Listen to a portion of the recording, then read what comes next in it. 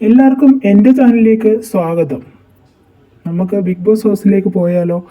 ഇന്നലെ big boss കഥ പറയുന്ന ടാസ്ക് കൊടുത്തിട്ടുണ്ടായിരുന്നു. അതിൽ അഭിലാഷിൻ്റെ കഥയുടെ കാര്യമാണ് നമ്മളിന്ന് പറയാൻ പോകുന്നത്.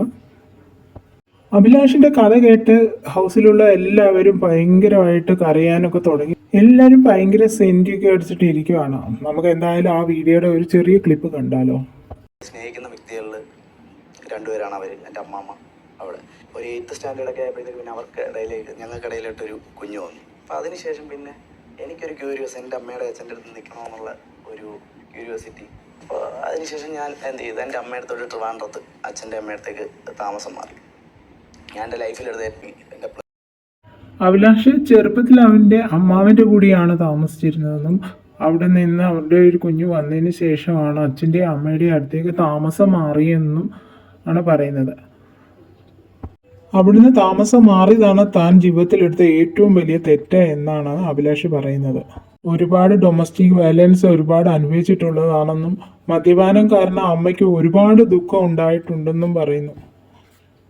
കുട്ടിക്കാലത്ത് തന്നെ ഒരുപാട് പേര് അവഹേളിച്ചിട്ടുണ്ടെന്നും അത് തന്നെ ഏറ്റവും സങ്കടത്തിലാഴ്ത്തിയെന്നും അഭിലാഷ് പറയുന്നുണ്ട് കൂട്ടുകാരുടെ. ഇത് കേട്ട് നമ്മുടെ ബിഗ് ബോസ് വീടിനുള്ളിലുള്ള എല്ലാ ആൾക്കാരും കരയുന്നുണ്ട്. തൻ്റെ +2 ജീവിതമാണ് പിന്നെ തൻ്റെ ഇച്ചിരി സന്തോഷം തരുന്നതെന്നും അതിനകത്ത് തനിക്കൊരു റിലേഷൻ ഉണ്ടായിരുന്നു. കൂട്ടുകാരുടെയൊക്കെ വാക്ക് കേട്ട് ആ റിലേഷനിലുണ്ടായിരുന്ന കുട്ടി തനിക്ക് ഇങ്ങനെ ഒരാൾക്ക് കുട്ടികൾ ഉണ്ടാകത്തില്ലാത്ത കാരണം പറഞ്ഞ് മനഃപൂർവ്വം ഒഴിവാക്കിയെന്നും അതാണ് എൻ്റെ ജീവിതത്തിലെ ഏറ്റവും വലിയ സങ്കടമെന്നും അഭിലാഷ് പറഞ്ഞു. അഭിലാഷിൻ്റെ ഈ കഥ കേട്ട് ബിഗ് ബോസിലുള്ളവരെല്ലാവരും ഭയങ്കരമായിട്ട് കരയുന്നുണ്ടായിരുന്നു. എന്തായാലും ബാക്കി ക്ലിപ്പോടെ നമുക്ക് കാണാം. അച്ഛൻ്റെ അമ്മയടുത്തേക്ക് താമസം മാറി.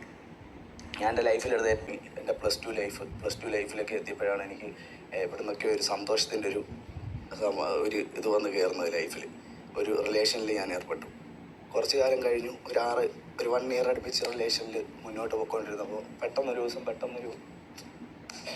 എന്താ പറയുക, ഒരു കോണ്ടാക്റ്റ് ഇല്ലാത്തൊരിത് പോയി സംസാരിച്ചപ്പോൾ ഫ്രണ്ട്സ് പറയുന്നു, ഇങ്ങനെ ഒരാളെ ഡിസേബിലിറ്റി ആയിട്ടുള്ള ഒരു പേഴ്സണെ മാരേജ് ചെയ്ത് കഴിഞ്ഞാൽ കൊച്ചുങ്ങളുണ്ടാകുമ്പോഴത്തേക്ക് അവർക്കൊരു വയ്യാഴിക ഉണ്ടാവാൻ ചാൻസ് കൂടുതലാണെന്ന് പറഞ്ഞ് എന്നെ അതിമനോഹരമായിട്ട് പറഞ്ഞ് എന്നെ ഒഴിവാക്കി ലൈഫിൽ നിന്ന്. അതാണ് എൻ്റെ ലൈഫിൽ ഏറ്റവും കൂടുതൽ എൻ്റെ +2 ലൈഫിൽ +2 ഫെയിലിയറാണ്. എക്സാം എഴുതാൻ പറ്റിയിട്ടില്ല. നേരെ ജോയെ കുട്ടിക്കാലം എത്രയേ ഉള്ളൂ. എന്തായാലും അധികം ബോറടിപ്പിക്കാതെ അത്യാവശ്യ രീതിയിൽ അഭിലാഷ് കഥ പറഞ്ഞു. എന്തായാലും ഞാൻ പറയുന്ന വീഡിയോസ് കാണാൻ വേണ്ടി എൻ്റെ യൂട്യൂബ് ചാനൽ സബ്സ്ക്രൈബ് ചെയ്യുക, ലൈക്ക് ചെയ്യുക, കമൻറ്റ് ചെയ്യുക.